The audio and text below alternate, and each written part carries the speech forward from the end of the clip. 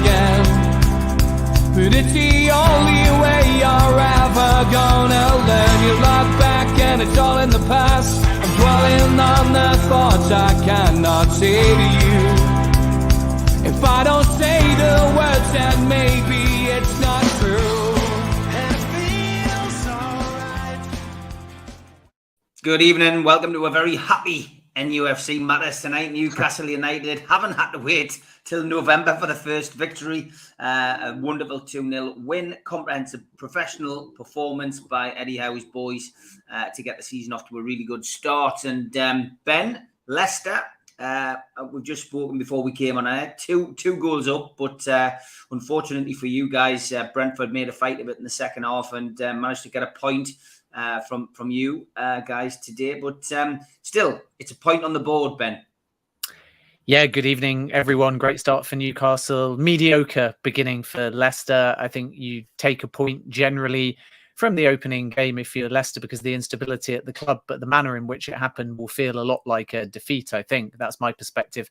Anyway, 2-0 up, 2 good goals. Maddison, Newcastle target with a kind of inviting in-swinging corner and Timothy Castagne scoring with his head. It was a really good header as well at the near post. And then the second goal was only 22 seconds into the second half. And you're in a position where you're thinking 2-0. I know many say dangerous lead in football, but you'd expect Leicester at home to see it out. And even though you'd want new signings, the sort of silver lining of not having any is that was pretty much the 11 from last season because not too many players in terms of Brendan Rodgers' selection headaches are up for debate. So picked a strong 11, a familiar 11, and an 11 that finished the season strong. And to be 2-0 up and then not to close out the game is really, really disappointing. Wesley Fofana actually was probably Leicester's best defender over the 90 minutes, even though there's a question mark over whether that will be his last game for the football club, depending on what Chelsea bid. But just disappointing because what they did at home was sit back and invite pressure, and eventually they got punished. And Brentford fully deserved their point. Just a shout out to Josh Da Silva, really good equalising goal. And some fans may remember that he was out for the best part of 18 months with a horrible hip injury. And there was a period during that injury where his career was even in doubt. So even though I'm a Leicester fan, really good to see him back and scoring, and Brentford fully deserved a point. But from Newcastle's point of view, good win over Nottingham Forest. It was a stubborn display, I thought, by the visitors. Newcastle had to be patient. Shah with a wonder goal, Wilson with a deft finish, and overall, unlike Leicester, I thought that Newcastle managed out the game well. And as you say, they've got a win 1 from 1, quite the contrast to last season where they struggled in the first half of the season to get any points on the board. So momentum seemingly, even though it's only one game, has continued from the back end of last season. As for Newcastle, a wonderful performance, I felt. Look, Nottingham Forest aren't going to be pulling up any trees this year, I don't think. And they've made a hell of a change to their squad, brought in in excess of 10, 11 players now, and it's going to cause a little bit of uncertainty, I guess, amongst their squad. But Newcastle, the big decisions had to be made, and Eddie Howe didn't shy away from them. We discussed them last week, Ben, on the show. He went for Pope ahead of Dubravka, and the centre half pairing. Fabian Schär was most people's choices. They wanted to see him in. It was who was going to partner him, and of course, he went for Big Dan Burns. So, what did you make of Newcastle's performance and those selections that Eddie made? I think they could have been a little bit more clinical and on the front foot at times, but it's difficult because you're playing a newly promoted side. They've got momentum. It's more like a cup game when you draw a team like Nottingham Forest, and a cup atmosphere as well at St James's Park, and the visitors will have fed off that to some extent too. So there's areas for improvement, particularly in attack, but Newcastle need to be a team if they're to finish in the top half of the Premier League that beat the sides that on paper are supposed to struggle, even though there's no easy games in the Premier League, but also win at times when they're not at their best. And I don't think it was a Newcastle United side at their very, very best. But if anything, that's a positive, because when they are more free-flowing and they can score goals and kill games off, then they're going to find themselves flying. And that's what we saw in the back half of last season. So it feels to me like the kind of squad that can really hit a purple patch and will be very streaky. And that's exactly what, by the way, happened to Leicester when we won the Premier League in 2015, 2016. The momentum carried us through. We didn't pick up that many injuries. I think up front, they still need more. There's not a lot of depth. I know Callum Wilson scored, and that's the plan, and he's integral and is the focal point. But all it takes is for him to, over the course of a season, get a knock or tire or just stop scoring. And that's when you start kind of looking around. And I don't think it's the type of side that can rely on the output we saw from Bruno as a sort of semi-regular goal scorer in the back half of the season. It wouldn't remotely surprise me if his goal scoring tapers off, even as perversely his influence over the team grows from strength to strength. So I think that defensively very promising. Pope's a good signing. There's depth in the centre-back area. We all know what Trippier can do. The midfield is outstanding. If they add another midfielder or creative-minded player, even better. But first and foremost, they need a striker. And that was shown to some extent, not because of a criticism of Callum Wilson, but just generally the balance of the side in the attacking third and the manner in which they created a high volume of chances, I think is still an area of improvement. Luckily for Newcastle, Forest, I don't think, had a shot on target. And there was that one block, of course, by Cher. Everyone speaks of the goal, but let's not forget how important the block was when Jesse Lingard had a decent opportunity. And even though we don't know what would have happened there, that was probably Forest's best chance, or the point at which they caused Newcastle the most danger. So the defence feels good, the midfield is promising, and the attack just needs a little bit more depth. But overall, I don't think you can ask for too much more because, as I said right at the beginning, you're up against a newly promoted side. It's a slightly different dynamic and occasion. And I think that Howe got the selection and the tactics right.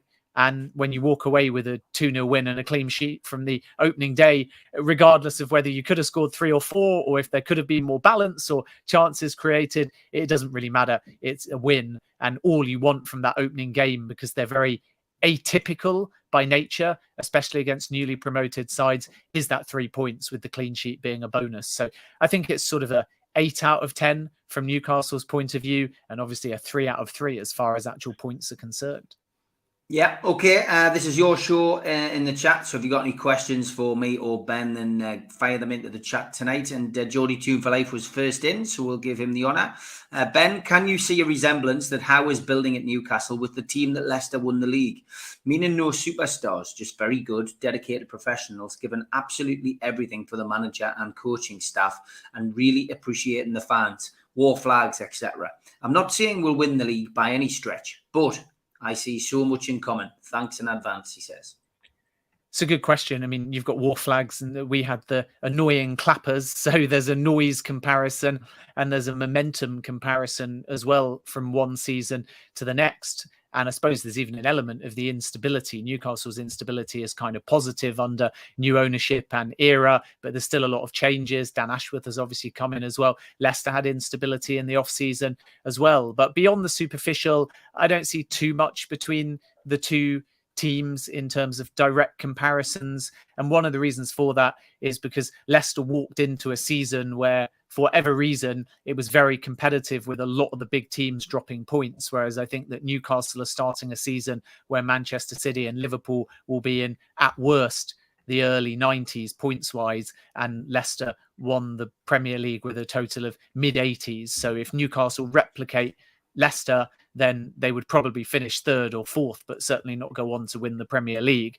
But there is that momentum aspect. And when you have the momentum and the belief and the team spirit, which is definitely a comparison, and Newcastle maybe even more so than Leicester, then at that point, it can definitely help you to punch above your weight. And then if you have a decent window, and Newcastle will probably move in January as well, in my opinion, after the World Cup, then the depth that they have, coupled with that team spirit, is going to put them potentially above sides that some would argue have got more depth or quality or value, if you're talking simply statistically about ranking a player, than Newcastle United. And that's where you look to exploit the fact that Manchester United are a mess at the moment. West Ham could easily be hit and miss. The likes of Leicester and Wolves that have kind of floated around the top half in previous seasons might well move backwards. And there's Newcastle's opportunity to be pushing towards that 8th or better, and better is going to be European football, whether that's Europa Conference League, Europa League, or even, who knows, Champions League. So absolutely, Newcastle's aim will just be to fly off the momentum and keep everyone fit. And unlike last season, if you get off to a good start, that's where the momentum, as Leicester proved when we won the Premier League, can really benefit you. Leicester headed into January, and instead of fading after a good start, they were far enough into the season that there was a genuine belief, because you can then take it game by game, because instead of thinking, well, we're only 5 games in or 10 games in, we're never going to keep pace, you've got that kind of proven track record of beating Liverpool. People might remember at the King Power Stadium that Jamie Vardy wonder volley from about 40 yards out, or the away win in the rain at Manchester City where Robert Huth, an unlikely goal scorer, somehow got a brace in the game.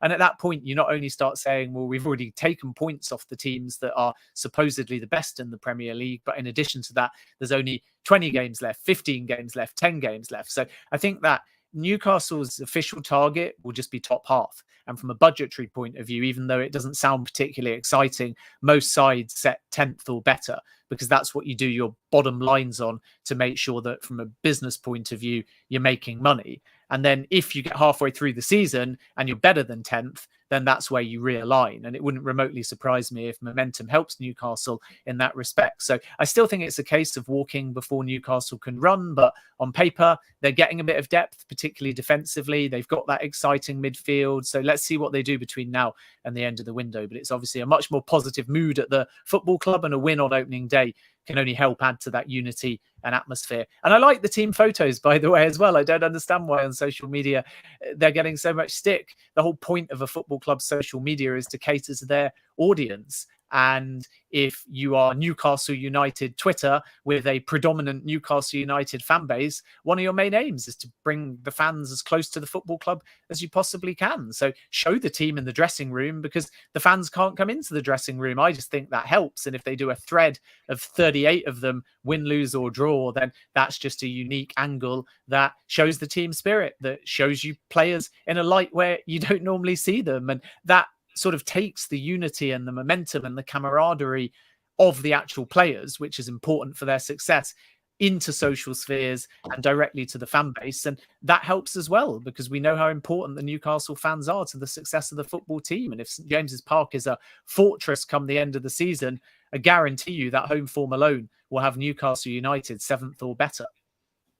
Yeah, I agree. Lots of comments coming in, lots of questions. Blue Rhythm Boy says, good management dropping Botman, having him watch that atmosphere and get him chomping at the bit. Yeah, look, it was a big decision to make. And, he did what he did with Bruno. He's going to clearly give him a bit time to settle in, get adapted to it, and give him some smoke, give him some run outs. And, he'll get his opportunity. He'll have to take it.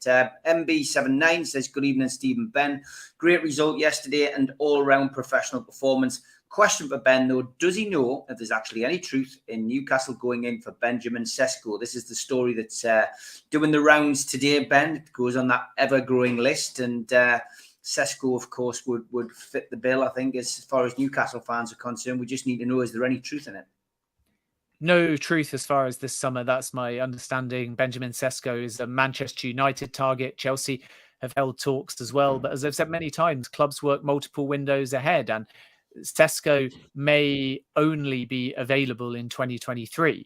So sometimes an inquiry that excites the fan base is more due diligence than it is advanced or imminent. And that's the case as far as Newcastle United and Sesko are concerned. You never ignore a player of his age and quality. And remember that the Newcastle strategy, as proven with the failed bid for Hugo Ekitike, is to ideally buy young and support Callum Wilson and then bring the player through. But the challenge with Sesko is that he doesn't feel he's ready to move to the Premier League, not without regular game time. And then from Salzburg's point of view, they want to keep him for another year. So I see this playing out as him in all likelihood staying at Salzburg, or potentially taking a step up within the Red Bull group to Leipzig. And there's been some talks as well. But Chelsea and Manchester United much further advanced in their inquiries to try and get him imminently. And they've struggled at the moment to make too much headway. And that's largely because the player's not made up his mind. So he's happy playing regularly and still young. And if he moved to Leipzig, probably still get a fair amount of game time. But a Manchester United or Chelsea or Newcastle move, and it might just be a year too early. And I think that the player is still considering the future. But Newcastle are not actively in the race at the moment. I think there was excitement from memory because someone saw the agent in Newcastle and maybe put two and two together a couple of weeks ago, but that agent's got a number of different players. And hey, why wouldn't he come to Newcastle? It's a great city to hang out or take business meetings in.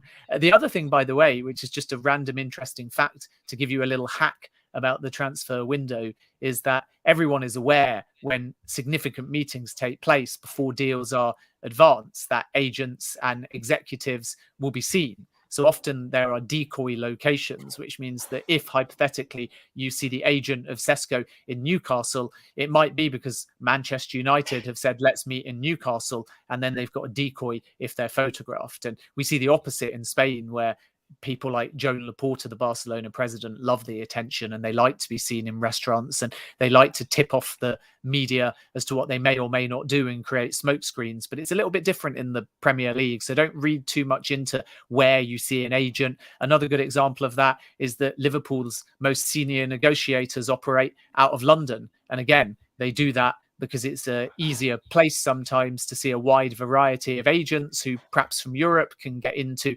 Heathrow Airport or on the Eurostar a bit quicker. But again, it's a decoy tactic because if the agent's seen in London, you're not naturally going to say, oh, they're meeting Liverpool. But 9 times out of 10, if Liverpool have a meeting, it's in London. So that's another little unknown thing about the window, but nothing too much at the moment, as I understand it anyway, between Newcastle and Benjamin Sesko, other than the fact that Dan Ashworth, like virtually every sporting director in the Premier League, is well aware that he's a top talent. Are Newcastle done in this window, says Beard? No, not even remotely. I mean, Newcastle want a creative-minded player like a James Maddison, maybe a winger, maybe a number 10, maybe even an attacking midfielder that can kind of filter into wider areas. And then they obviously need a striker as well. So 2 buys or 1 buy and 1 loan, I think will absolutely happen. We've just hit a lull in the window, which is normal because the season started. Managers like to see how their team pans out now, and they take a breather. They play between 1 and 3 games, and then we head into kind of the last 2 weeks or less of the window. And at that point, there's more movement, because if you've been trying to negotiate with a club as time ticks, you can gain a bit more leverage, because if the club do actually want to sell at the point the window ticks down, if you call the bluff of the club saying no, and then revisit with an offer, then later on in the window, the club's no might become yes.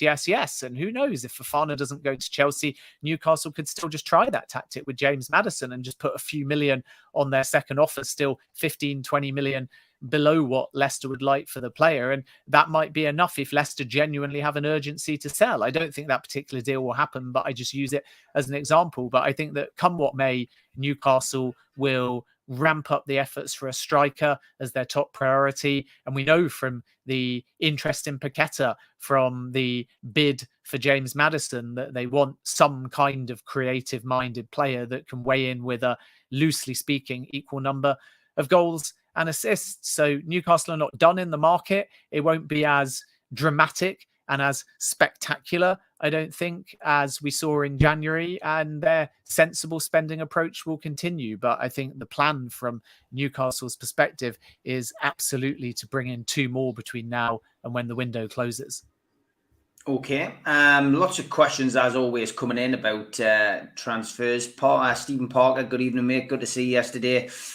We've already discussed Sesko. Any news on Paqueta? Again, a few Newcastle fans this week thinking that the whole Maddison thing is a bit of a smoke screen. Newcastle potentially trying to do business elsewhere, and the Maddison thing is, it's a bit of a red herring that Newcastle are playing. But, you know, is Paqueta, still on the horizon, do you think? Sankis asking the same question. Lots of interest in Paqueta, great player, lots of offers from all across Europe. And there's a number of Premier League clubs that are, loosely speaking, circling. Newcastle are one of them. He was obviously on their radar as well in January. Manchester City could even make a late inquiry. Potentially, they've been monitoring the situation and again, talking directly to the agent. And Arsenal are another club that are loosely speaking, interested. I would even term it a bit stronger than loosely, although Edu has said that they've not made an approach. But as I think I pretty consistently reported when coming on this show, none of these Premier League clubs have made an offer yet to Lyon, and Jean-Michel Aulas is holding out for at least 65 million euros, which is just over 50 million quid. And that will be a minimum price. So the reports that there's a cut price deal more around 30 to 35 million are totally incorrect. It's going to be a big fee, and there is a high volume of suitors. And I'll repeat what I said before, that Jean-Michel Aulas has said the player wants a fresh challenge and is open to offers. But John Textor, the new majority owner of Lyon, who is still incoming, has other ideas potentially, because he sees Lyon as rivaling PSG and would prefer not to sell the player, but he doesn't really have a great deal of control. So there's sort of a three-way internal politics between the new majority owner, Jean-Michel Aulas, who's always been a tough negotiator, and the player himself. But as yet, Newcastle haven't bid, and nor have either Arsenal or Manchester City. Manchester City are the least advanced at this point, but let's see what happens, because obviously Bernardo Silva could still go to Barcelona. Manchester City might not quite be done in this market. Not that they really need anyone else. If anyone's watching the West Ham game, they've looked very, very good, and Haaland has obviously managed to break his Premier League duck and pretty quickly as well. So Manchester City, I think, are looking very, very strong. Haaland in particular will be full of goals. Alvarez and also Calvin Phillips, excellent signings. So where does Paqueta fit in there? Well, as a squad player, I suppose, and they have obviously got rid of Raheem Sterling as well, so you could argue that they could bring in one more. But I think that Newcastle will monitor the Paqueta situation. But if Paqueta is really pushing for a move, then the clubs that want him, Newcastle included, are trying to establish at this point where that move is to, whether by league or whether specifically by club. And keep an eye as well on West Ham, who could come into the mix. Keep an eye too on PSG, who want at least 3 more signings. And then towards the end of the window, it will almost be a case of these clubs trying to establish when they bid where the player's preference is. Because if they don't know where the player desperately wants to go, they might find themselves bidding big, getting into a bidding war, and then still finding that the player's holding out for another move. So I think that Newcastle to Paqueta is an option, and one that is naturally going to be very well sold by Bruno because they're such close friends. But it wouldn't remotely surprise me if the player has Champions League football in mind, and that is an influencing factor if he ends up leaving this window. Colin says, hi Ben, is the Maddison bid over and done with, or is there still a flicker? A few other questions about Maddison. One from Davey, does Ben believe Maddison's genuinely wanting the Newcastle move, or does he think it's nothing more than trying to get a better deal with Leicester? And Life Goals asks, Ben, do you prefer Maddison or Barnes? It's not a fair question. They're both quality. Maddison is the better of the two statistically, but Barnes has got sky-high potential, and Maddison can be a bit inconsistent, but not last season. He was player of the season. So right now I prefer Maddison because he adds goals and assists and is the glue that holds the attacking phase together, and the flair he brings and the set-piece qualities. But Barnes is so dynamic and explosive and is also a good finisher, very unselfish. So I think they both have an integral role within the football club. But Maddison, for me, statistically, at the moment, if you could only pick one or other in the fantasy team, if you like, would be the one that I select. But Barnes is the kind of long-term one that Leicester will desperately want to keep hold of. And then with Newcastle and Maddison, they've not come back after their second bid. They're miles apart in valuation at the moment because Leicester are playing hard ball. And as I've said many times, Leicester are not going to, or highly, highly unlikely to let Fofana and Maddison go in this particular window. Still no guarantees that either will be allowed to leave, but Chelsea are growing in confidence over Fofana. They know that he wants the move, and Newcastle are still probably 15 million below Leicester's valuation, and they've not come back in for more. And Eddie Howe's intimated that under financial fair play, it is going to hamper any kind of mass spending over the course of not just this window, but potentially the next couple of seasons as Newcastle kind of get their books in order. So I think it's unlikely at this stage, but again, you get towards the end of the window and you might find that Newcastle just try their luck with another 5 million or 10 million and see what happens, especially if they can't get in another attacking target. Then they can accumulate budget that would have been allocated for 2 signings into one. And that's where you might decide to put all of your eggs in the Maddison basket, if you like. So I don't think it is 100% dead in the water, but for now, I would classify it as 90% dead. But Newcastle might choose to resurrect it depending on what happens with other priorities between now and the end of the window. And that's just how this phase of the transfer window works. I can tell you that Eddie Howe really likes the player.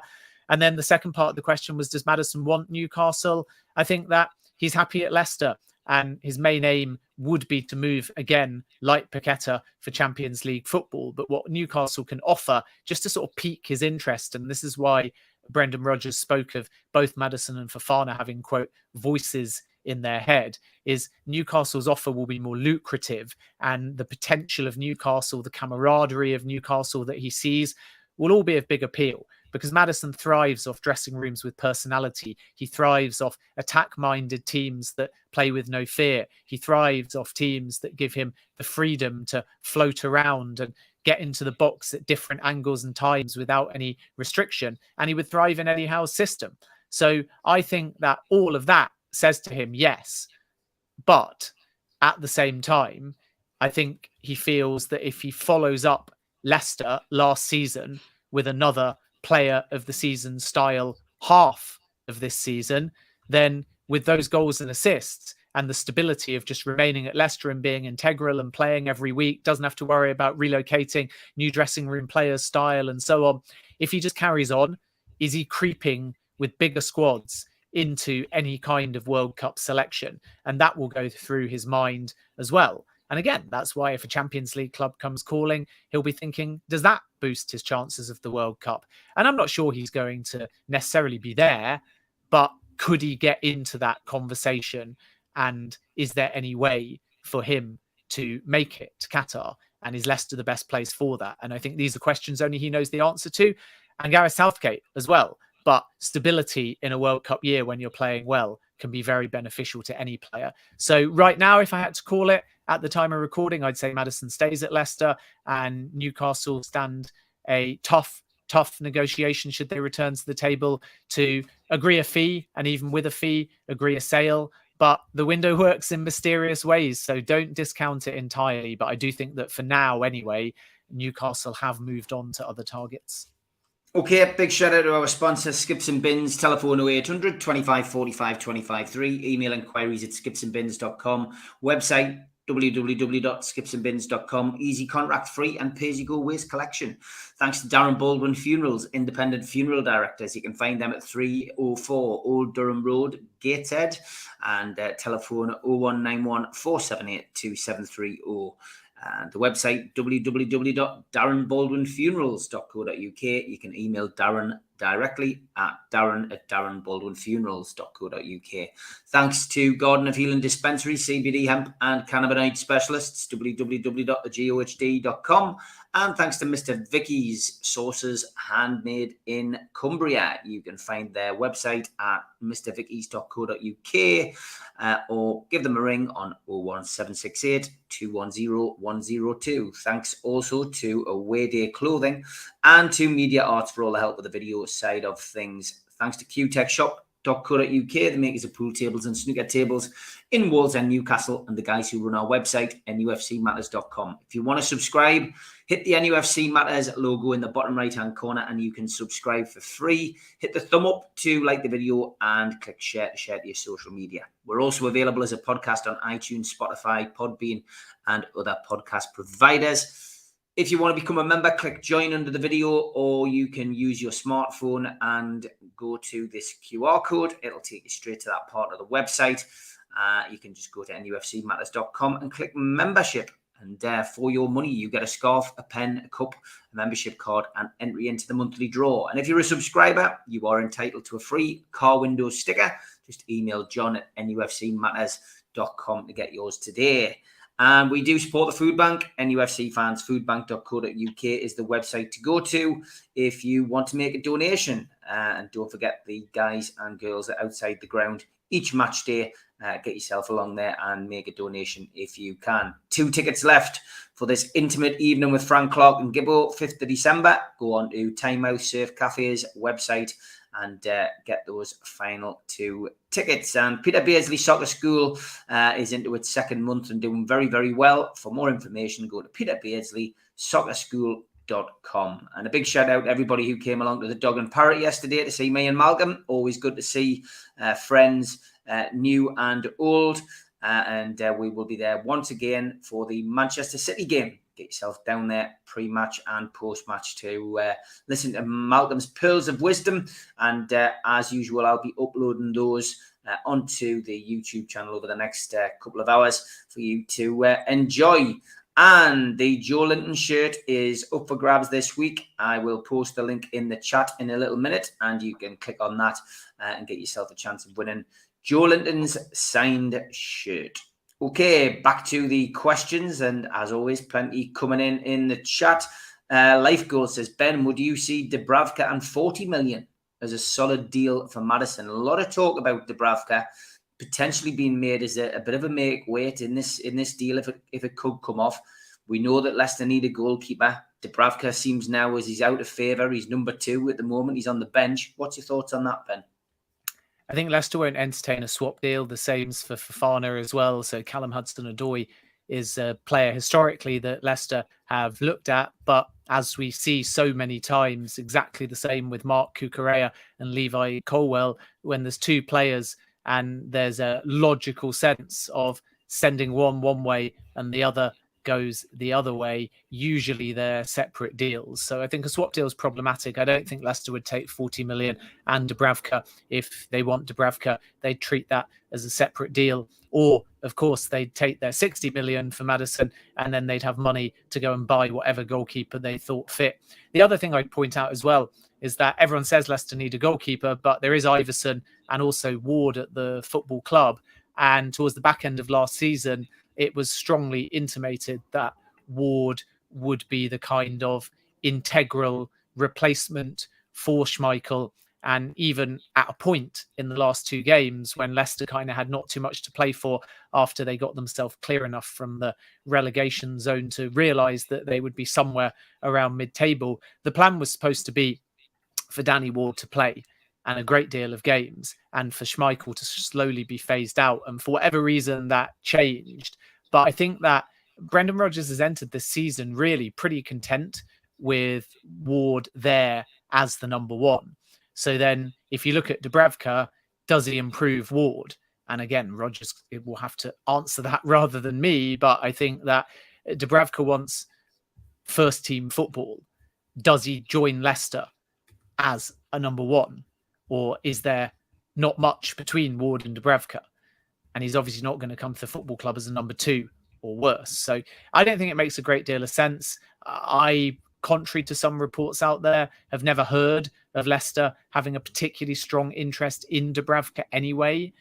And as I've already said, they're content for now with Ward as their number 1 goalkeeper. Let in 2 goals today. It was more through poor defending than bad goalkeeping, but we'll wait and see how he does. And this again is why it's so key at this part of the window, because you're actually playing competitive games. And if Leicester ship 10 goals in their first 3 games and you get to the last week of the window, who knows, they might come back and look at somebody like Dubravka. But for me, the notion of Dubravka plus 40 in a Maddison deal is highly unlikely. And even Dubravka to Leicester doesn't make a ton of sense as far as I can work out, only because, as I say, Ward is the plan. Iverson is there too. So if they are going to bring in another goalkeeper, then poor Danny Ward has wasted a pre-season, and right as the window shuts is going to be back at a number 2, and he's not going to be too happy about that.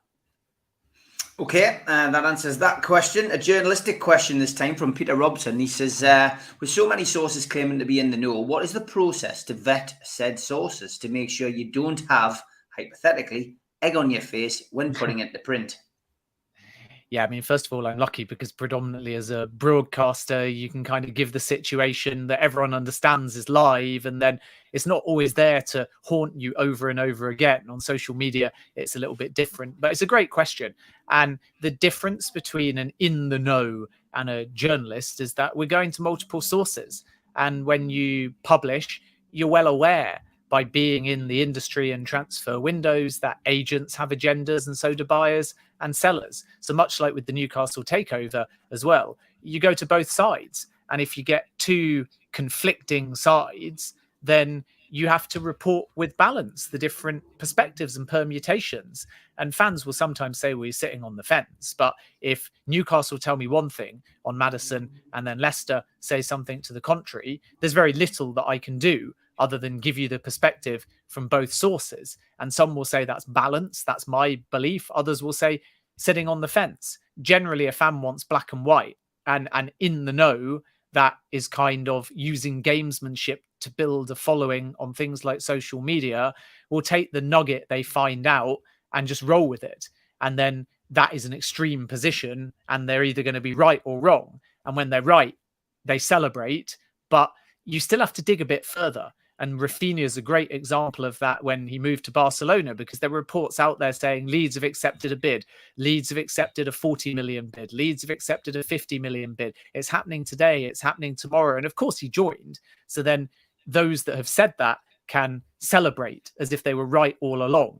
But it's simply not the reality of how the narrative played out. So what we try and do as journalists is ask multiple sources, develop relationships. 99% of the time, you're actually not asking for intel, because can you imagine if every sporting director or manager or player, they only ever hear from you when you're trying to get something out of them? It's really more about how you develop a personal relationship with them. So then when you need something, you can ask for it. But perhaps when they've got something, they're just going to bring it to you and it lands on your doorstep. But it's always important to be responsible. And sometimes responsible gets confused with sitting on the fence or not having any what people construe to be new information. But it's not always about being first. Sometimes it's about getting the full picture and just providing that insight, which doesn't get you any headlines in the same way that N'Golo Kante at Leicester didn't always get headlines. There's unsung footballers, and a lot of journalism is unsung as well, because you're trying constantly to find that insight, to understand how the window works, who are the personalities at stake.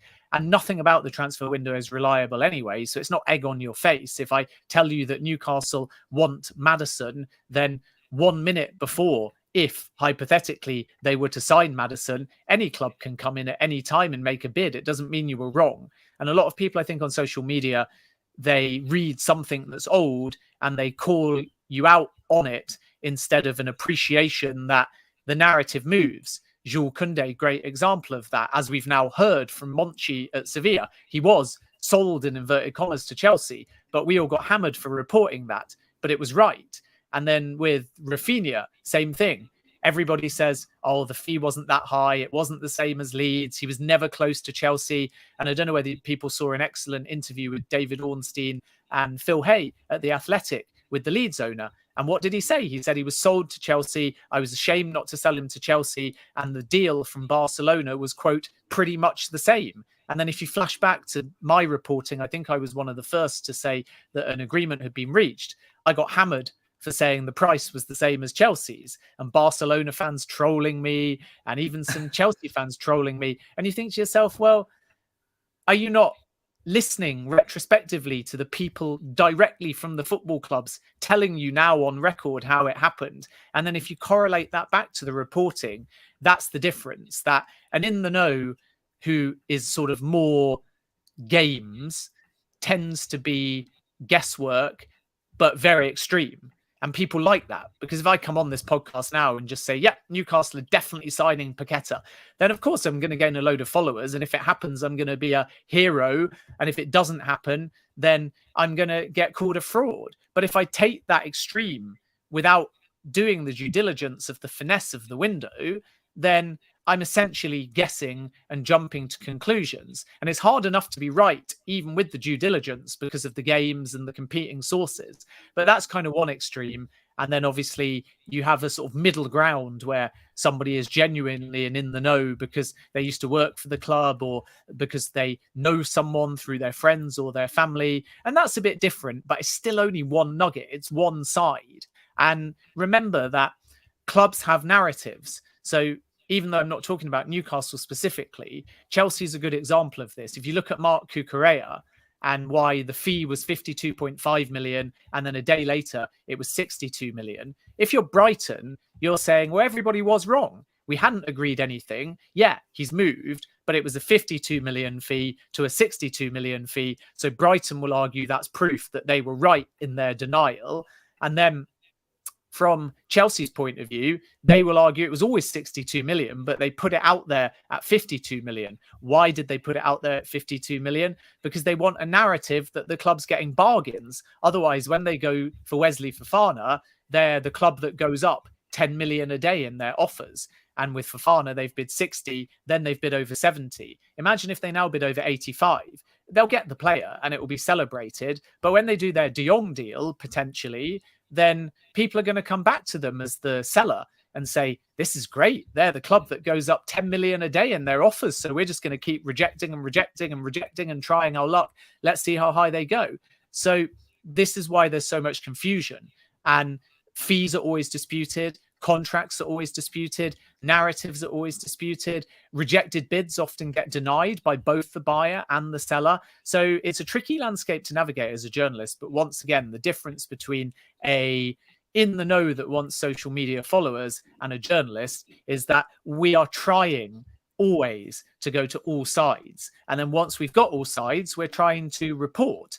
And sometimes it's clear cut.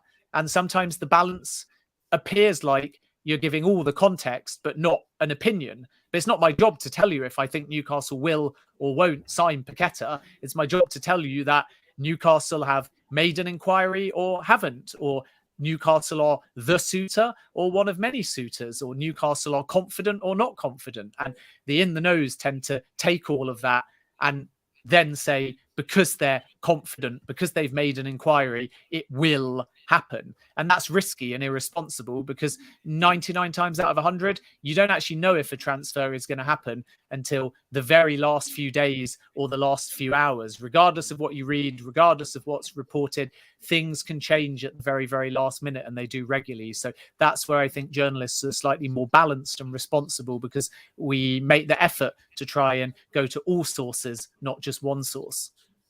Interesting. The financial fair play situation is always coming up.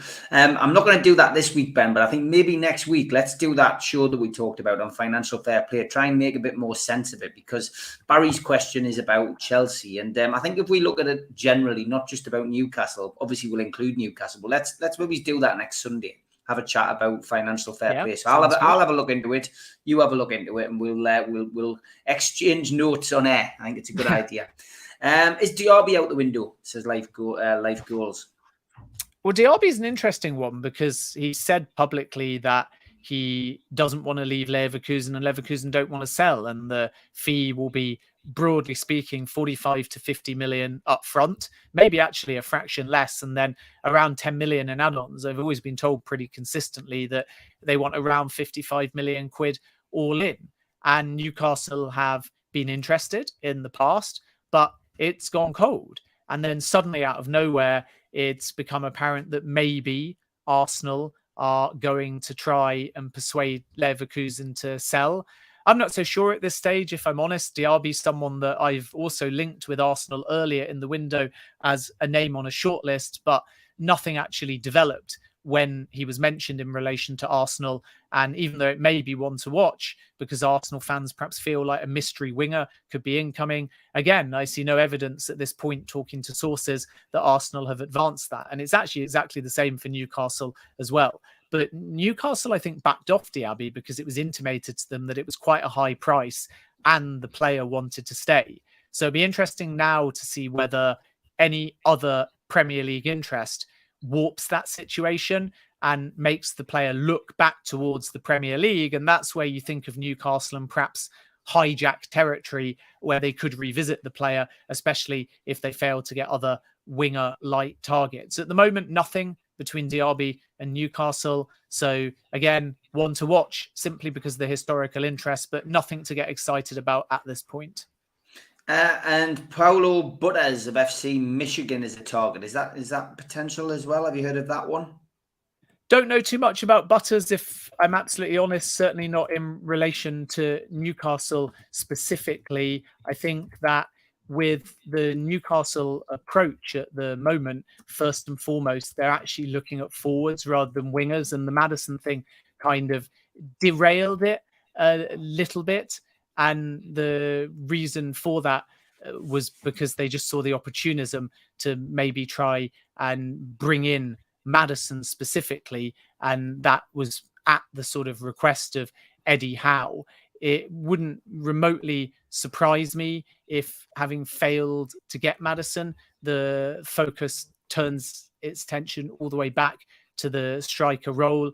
But yeah, I don't know too much, not made any inquiries about that specific player. So what I'll do is I'll go away and I will come back to you if there is any information. Yeah, interesting to see that Manchester United have had a £7.6 million bid for Marko Arnautovic knocked back today. So Manchester United still keen to bring players in after their 2-1 defeat at Old Trafford today to Brighton. Leicester, of course, as we discussed earlier, drew 2-2 against Brentford, and Manchester City, well, don't think anyone will be stopping that juggernaut this season, especially with the acquisition of Haaland, a comprehensive display and a 2-0 win away to West Ham. Okay, last couple of questions. Let's go for something a little bit different. Chris Collins says, any chat on Cody, Ben? Not at NUFC now, but most fans were talking about him not that long ago. It appears he could be looking for a move. Sounds like he's going to Everton, doesn't it? Yeah, Everton are very confident. They're in advanced discussions, and from their perspective, they think it's just a matter of time before he joins. So it'd be very surprising if Newcastle hijack that bid. I think there's excitement because Cody's on record as saying that St James's Park is his favourite ground to visit and play at, and he's always been wowed by the atmosphere. But I don't see too much chance unless Newcastle end up making an incredible hijack, and I'm not aware that that's within their plans because Everton think that deal is all but done. Yeah, I mean, I know Conor Cody quite well. Met him numerous occasions when he came to the game. He was very good friends with Rafa's agent, Owen Brown.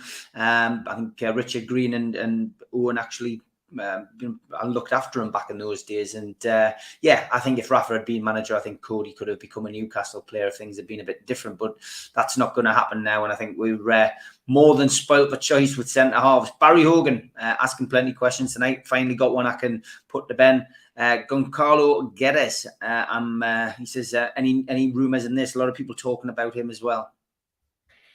Yeah, the feeling is that the big bid that was referenced from Valencia, which is going to see him move to a Premier League club, is actually from Wolves. And Wolves are progressing this very fast to try and ward off other suitors. And my sources around Wolves seem to be pretty confident that they're going to be able to get the player in and for a medical pretty imminently. So it looks like Wolves are the front runners here. I know there has been some talk of Arsenal as well. That was reported by Sport that they may be in contention, but my own sources are more leaning towards it being a move to Wolves. And then from Newcastle's point of view, I've certainly seen the reports out there that say they've made a kind of 11th hour bid for the player.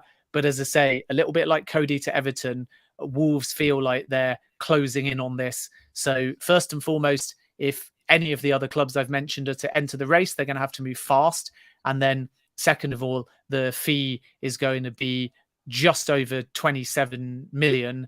And that I think is actually very good value for a player that's 25 years of age and has a huge amount of potential, capped over 30 times for Portugal. I was actually really impressed with him as well, even though he didn't play too often when he had his spell 2017-18, I believe it was, at PSG. And I saw quite a bit of him when I was either over there watching training sessions as well or games for the under 23s. And then he played a handful of times for the first team as well. But I like what I've seen of the player. He was very good for Valencia last season. So what he's added to his game really is the finishing. He was always the type of player at Valencia when he joined from PSG, originally on a loan spell, that could chip in with 5-6 goals, that kind of thing. But he doubled that tally last season. I think that he got 13 goals in all competitions and 11 of them playing in La Liga as well. And he's got,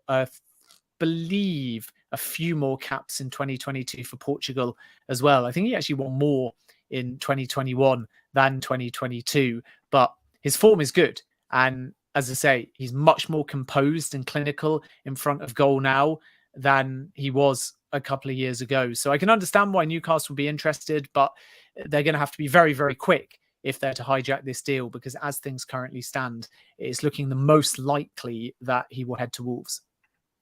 Okay. Roger says, Ben, I've seen a Spanish keeper linked to Leicester. Any news in that?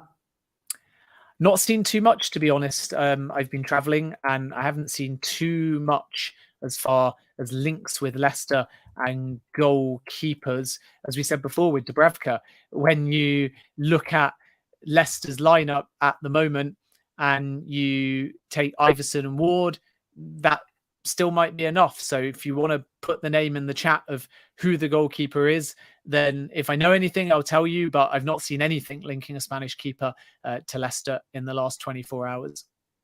Okay, and lots of people asking questions about strikers. Justin wants to know, of all the strikers we've been linked with, who is the most likely to come to Newcastle, either permanent or loan? Well, DCL, Dominic Calvert-Lewin, has obviously now got an injury. That one is not likely. Is there anybody else on the radar? Do you think it's a conversation that was doing the rounds in the pub yesterday, I think, in the pubs that I was in anyway, which was, you know, Callum Wilson is the striker at the club, but it looks as if they've been trying to sign a young player who's not necessarily going to have his nose pushed out if he's going to be playing second fiddle at Callum Wilson. Yeah, I think that's right. And I think that the strategy was always to get like a wonder kid, hence Ekitike, as we spoke about before. And then from there, kind of slowly integrate them into the first team with a view to the long term. And that is still the ideal. But if you don't get that, then are more short-term firepower options needed with proven Premier League experience, which is obviously then when you start looking at Dominic Calvert-Lewin. I know that fans seem to be against an Ivan Toney return, but not a bad shout in my opinion either. But it just depends what falls under the Howe and Dan Ashworth strategy. And they really do want to buy young. And then in the context of that, that's when you come back again to Amanda Broja, who came off the bench for Chelsea and looked okay, probably had more of an impact in the short spell than Kai Havertz. So Chelsea fans like Broja, and a West Ham bid has already been ignored or rejected, depending on which way you look at it. But this is kind of where Chelsea's business might help Newcastle later in the window, because Broja at the moment is basically saying he's scored 6 Premier League goals for Southampton, doesn't want to go on loan again, so he wants to be part of the squad and involved regularly, or he wants to leave on a permanent move. And when West Ham made the offer before they brought in Scamacca, Broja was driving that because it ticked a lot of boxes for him. But now he's had a conversation with Thomas Tuchel and he thinks that he has a bit more clarity. If Chelsea add another attacker or two, particularly a direct signing in his position, that could be someone like an Aubameyang, potentially, a focal point, a goal scorer, then he's down the pecking order once again. And at that point, is he going to be prepared to be loaned out and then Newcastle come into the equation, or even bought? And the fact that West Ham have got Scamacca, they could still revisit Broja as well. That's what West Ham sources have always said, but it might benefit Newcastle as well. So you've sort of loosely speaking got Newcastle, West Ham, historically anyway, and Everton looking at Broja, and then to a lesser extent, but they've made inquiries, Leicester and Leeds United, who also need a striker. Leeds are actually in quite a similar position to Newcastle because they're over-reliant on Bamford and they want a young talent too. And they're looking at Callum Wendo at PSG for around 25 million if PSG are prepared to sell, and we wait and see on that. So I think that Broja is still a possibility. And if Broja suddenly decides he wants to go on loan, perfect. from Newcastle's point of view, particularly if they can have an option to buy negotiated into that deal. If Broja ends up being a permanent deal, and these are big ifs because at the moment he is happy at Chelsea, but if he becomes a permanent deal, you'd have to find 30 to 35 million. And then let's see whether Newcastle move or whether actually they're only interested in Broja when he's available in a loan to begin with. But he would be a good signing for Newcastle. And then Dominic Calvert-Lewin, as you say, was very much on their radar. They called on him a little bit immediately after they didn't get Hugo Ekitike. And perhaps moving at that point would have been wise, because since then he's picked up this freak knee injury, and now unfortunately in this window he's off the table. But keep watching Broja. It's not unthinkable that Newcastle will move between now and when the window shuts. Yes, yeah, I would agree. Okay, last question. Well, I did like this one. Yano says, Ben and Steve, apart from your own team's results, which results give you the most pleasure? I'm torn between the Manchester United, Man U, and Villa results. I've got to be honest, Man United is always the one that I take a bit of delight in when I see them coming a cropper. And today was a good day. I never like to say seeing a team loses fills me with pleasure.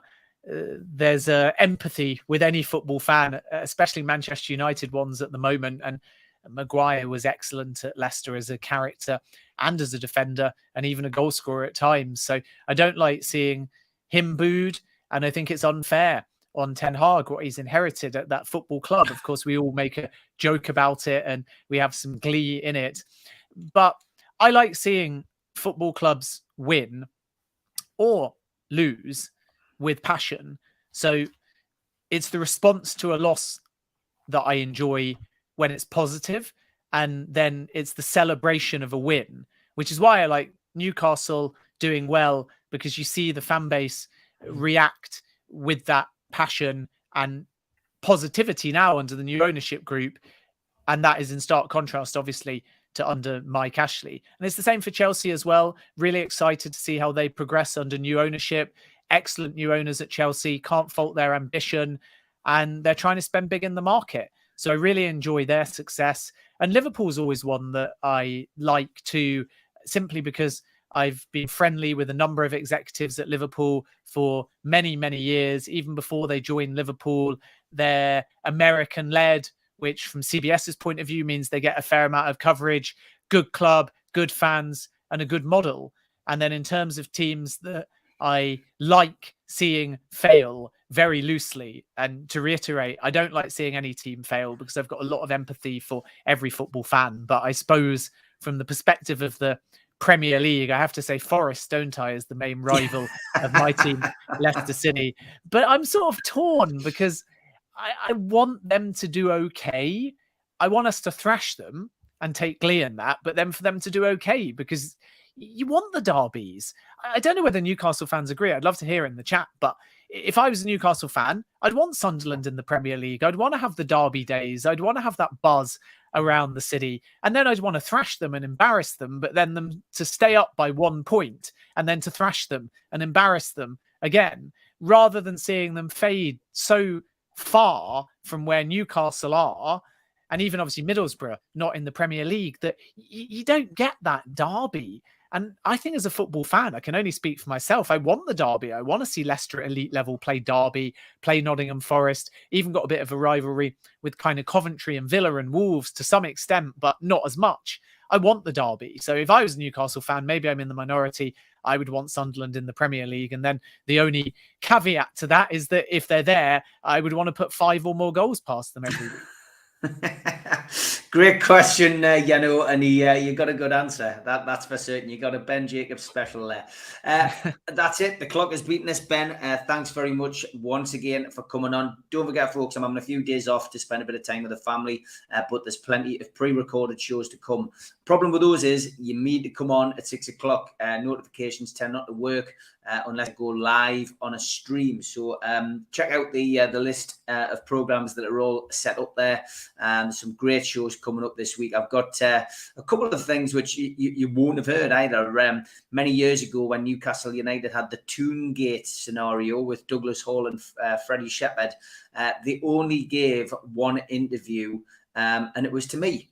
So I'm making that public tomorrow, the actual recording for the first time on the channel. So you'll be able to listen to Douglas Hall and Freddie Shepherd try to explain all of that Toongate situation. It had been published in a newspaper back in the day, so it has been out there, but it's never been heard. So that's a little exclusive for people on NUFC Matters tomorrow. And we've got Those Were the Days, of course, pre-recorded with George. I've got Lee Clark on a little bit later in the week with his Newcastle United dream team, his substitutes and his manager. And then we've got something a bit different. John Gibson, the journalist, going down memory lane musically. John covered Newcastle United and boxing in the region for many, many years. But most of you won't know that he's met a lot of very famous people in music. So tune in on Thursday for that. And then Friday, I am back with the Three Amigos, 2 hours, of course, with your favourite show. But great to see you, Ben. And we'll do financial fair play next week. So we'll both get our noses in the books, and we'll have a good chat about that next week, mate. And take care. Thanks for coming on, mate. Look forward to it. Have a good week, everyone. Bye-bye.